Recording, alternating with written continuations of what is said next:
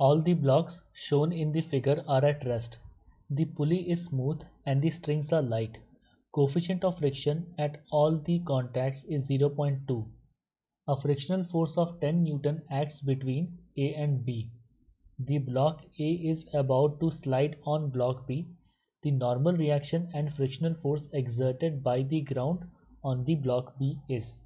ठीक है, तो इसका अगर एक डायग्राम बना करके देखें जिसमें सारे फोर्सेस हम बना करके देखेंगे तो ये तुम्हारा हो गया ब्लॉक ए, और ये बोला गया है कि ब्लॉक ए और ब्लॉक बी के बीच में 10 न्यूटन का फ्रिक्शन फोर्स एक्ट कर रहा है। ठीक है, तो अब देखो ये ब्लॉक सी नीचे की तरफ मूव करने का, क्योंकि मतलब इसका वेट इस डायरेक्शन में वेट कर काम कर रहा है, तो इस पर टेंशन देखो इस डायरेक्शन में होगा, इस पर जो भी टेंशन फोर्स होगा वो इस डायरेक्शन में होगा। तो ब्लॉक ए का टेंडेंसी है टुवर्ड्स लेफ्ट स्लाइड करने का। ठीक है, ब्लॉक बी क्या करेगा, इसको इस तरफ जाने से रोकने की कोशिश करेगा, तो फ्रिक्शन फोर्स क्या है, इस डायरेक्शन में तुम्हारा 10 न्यूटन फ्रिक्शन फोर्स अप्लाई हो रहा है।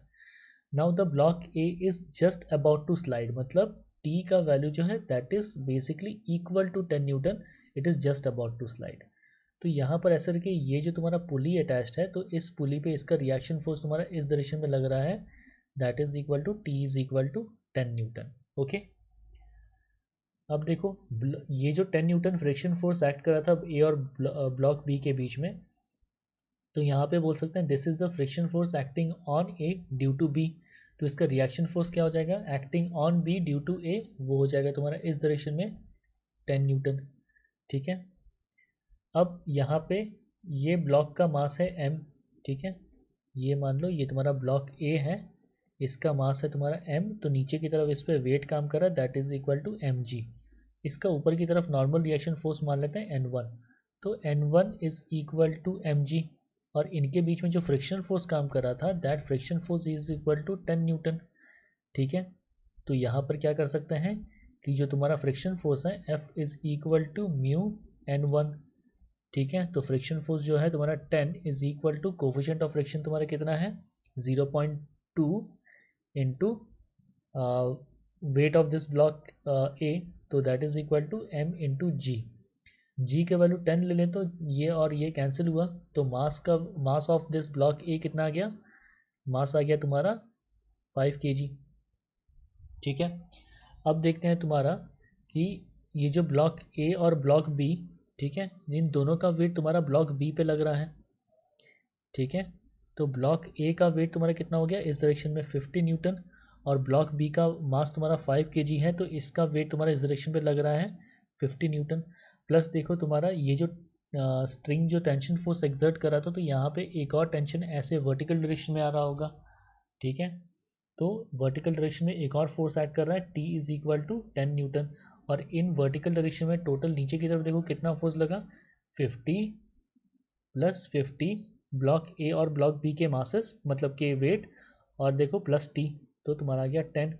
इन सबको बैलेंस करने के लिए ऊपर की तरफ में नॉर्मल रिएक्शन आ रहा है, n1 is equal to 110 newton which is acting on block B.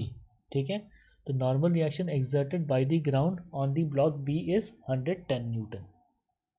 ठीक है, नेक्स्ट तुम्हारा क्वेश्चन का पार्ट है जिसमें फ्रिक्शनल फोर्स देखना है। तो फ्रिक्शन फोर्स के लिए अब देखो ब्लॉक बी पे तुम्हारा क्या क्या फोर्स लग रहा है, ब्लॉक बी पे तुम्हें क्या क्या फोर्स लग रहा है, तो देखो एक फोर्स ये लग रहा है 10 न्यूटन जो कि तुम्हारा इस डायरेक्शन में काम कर रहा है, T is equal to 10 newton, और एक फोर्स देखो ये लग रहा है जो कि फ्रिक्शन फोर्स का रिएक्शन मेजर था, तो वो इस डायरेक्शन में है तुम्हारा 10 न्यूटन। तो देख सकते हैं कि दोनों एक दूसरे को बैलेंस कर रहा है, दोनों एक दूसरे को बैलेंस कर रहा है, तो बेसिकली क्या कह सकते हैं कि external no external force acting. ठीक है, नो एक्सटर्नल फोर्स एक्टिंग। ठीक है, तो ऐसे में जब तुम्हारा कोई एक्सटर्नल फोर्स एक्ट नहीं कर रहा है तो ब्लॉक बी पे, ठीक है, तो ब्लॉक बी पे नो फ्रिक्शन फोर्स बिटवीन